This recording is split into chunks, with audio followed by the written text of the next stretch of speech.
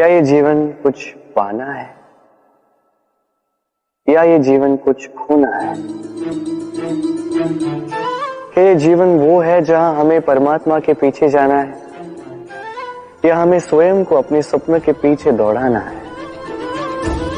क्या है ये जीवन? ये जीवन अत्यंत सरल है, एक शांत जल की भांति है, एक दर्पण की भांति है। ये जीवन है ठीक एक दर्पण की भांति। दर्पण क्या करता है?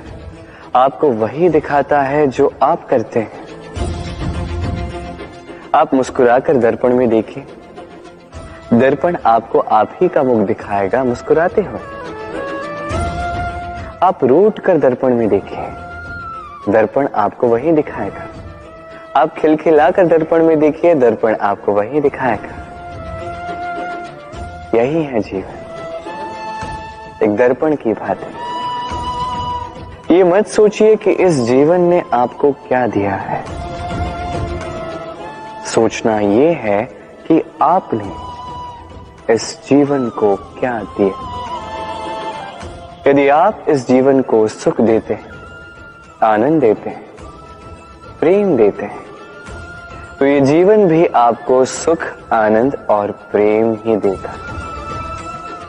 तो आइए और इसी सुख, आनंद और प्रेम से कहिए राधे राधे।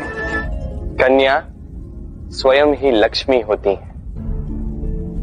विवाह में उससे भी अधिक कुछ और मांगना या उसकी अपेक्षा भी रखना ये अनुचित है। दहेज देने की ये प्रथा अनुचित है।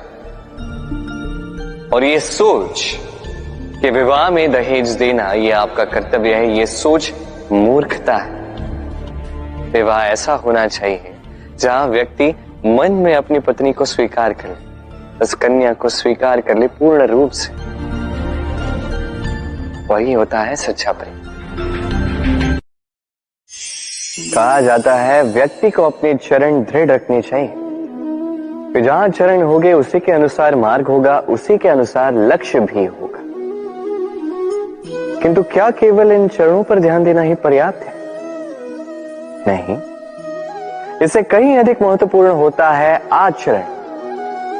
जैसा आपका आचरण होगा उसी दिशा में आपके चरण होंगे। यदि आपका आचरण उचित हुआ, श्रेष्ठ हुआ, तो देखिए आप पर्वत के शिखर पर भी पहुंच सकते हैं। किंतु यदि ये उचित ना हुआ तो आप उसी शिखर से नीचे धरा पर भी गिर सकते हैं। हाँ, गति के लिए चरणों पर ध्यान देना अति आवश्यक है, किंतु प्रगति के लिए आचरण ही अति आवश्यक है। उसके बिना नहीं होगा। आइए मेरे साथ प्रेम से कहिए राधे राधे। ये देखो, इस खरगोश को देखिए, ये क्या करते हैं? थोड़ा सा अनाज खाते हैं और आनंद से निद्रा लेते हैं। अगले भोजन के विषय में चिंता ही नहीं होती, इतनी भी चिंता नहीं होती। इसे ज्ञात है जब भूख लगेगी तो वन में दौड़ लगाएगा, कहीं ना कहीं से भोजन का प्रबंध कर ही लेगा। अब चलो बात करते हैं मनुष्य की। मनुष्य इन खरगोशों से कहीं अधिक समझदार, कहीं अधिक बुद्धिमान है, किंतु वो ऐसा नहीं करता। वो क्या करता है? कल की चिंता के कारण आज के सुख को अनदेखा कर देता है। कल की भूख के लिए आज संचय करता है, बल्कि कल ही क्यों, वो तो सारे जीवन की व्यवस्था यही वर्तमान में करना चाहता है। सारे सुख, सारे संसाधन उन्हें अपने पास संजो के रखना चाहता है। और इसलिए मनुष्य सदैव दौड़ता रहता है। यही है लोभ, यही है लालच, और यही अच्छे से अच्छे मनुष्य को अनैतिकता और अधर्म के पथ पर अग्रसर कर देता है। इसका एक ही समाधान है, व्यक्ति को लोभ और लालच की बुराई को समझना होगा। आपने कभी मोर को नृत्य करते हुए देखा है? कहा जाता है कि जब मोर नृत्य करते हैं उनके नेत्रों से अश्रु बहते हैं। वही दूसरी ओर है हंस। कहा जाता है कि ये मरते समय भी कलरव करते हैं, अर्थात गाते हैं। कदाचित इसीलिए मोती के दाने हंस चुकता है, मोर नहीं। इसका एक ही सार है, जीवन में आप जो भी कार्य करें, बड़ा हो चाहे छोटा, प्रसन्नता के साथ करें। मन में कड़वाहट रख के नहीं, मन को दुखी करके नहीं। यदि इस संदर्भ में आपको कोई उदाहरण दूं तो किसी चित्रकार को देखिए। चित्रकार अपने चित्र में जो भी रंग भरता है, वही रंग प्रतिबिंब बनकर उसकी कला को रंगत देते हैं। स्मरण रखिए, प्रसन्नता के साथ जो भी कार्य करोगे वो बहुत अच्छा होगा। आइए मेरे साथ प्रेम से कहिए, राधे राधे। कई बार लोग इस बात से दुखी रहते हैं कि क्यों बार बार उनकी क्षमता पर संदेह किया जाता है, क्यों बार बार उनकी परीक्षा ली जाती है, क्यों पूछते हैं कि यही मेरा भाग्य है जो बार बार मुझे अपनी सिद्धता को प्रमाणित करना पड़ता है। लोग सोचते हैं यह दुर्भाग्य है, मैं सोचता हूं यह सौभाग्य है। कैसे? संदेह किस पर किया जाता है? स्वर्ण की शुद्धता पर, लोहे की नहीं। कसौटी पर बार बार उसे ही परखा जाता है, तांबे को नहीं। रत्नकार के प्रहार हीरे को सहने पड़ते, किसी कंकड़ को नहीं। इसलिए ये सोच इसे सकारात्मक बनाई। जीवन में जितनी भी परीक्षाएं आए, मुस्कुराहट के साथ उसका सामना कीजिए, उस पर उत्तीर्ण हुई और फिर देखिए आपके भीतर का ये रत्न आपके जीवन को चमका देगा। तो आइए मेरे साथ प्रेम से कहिए, राधे राधे।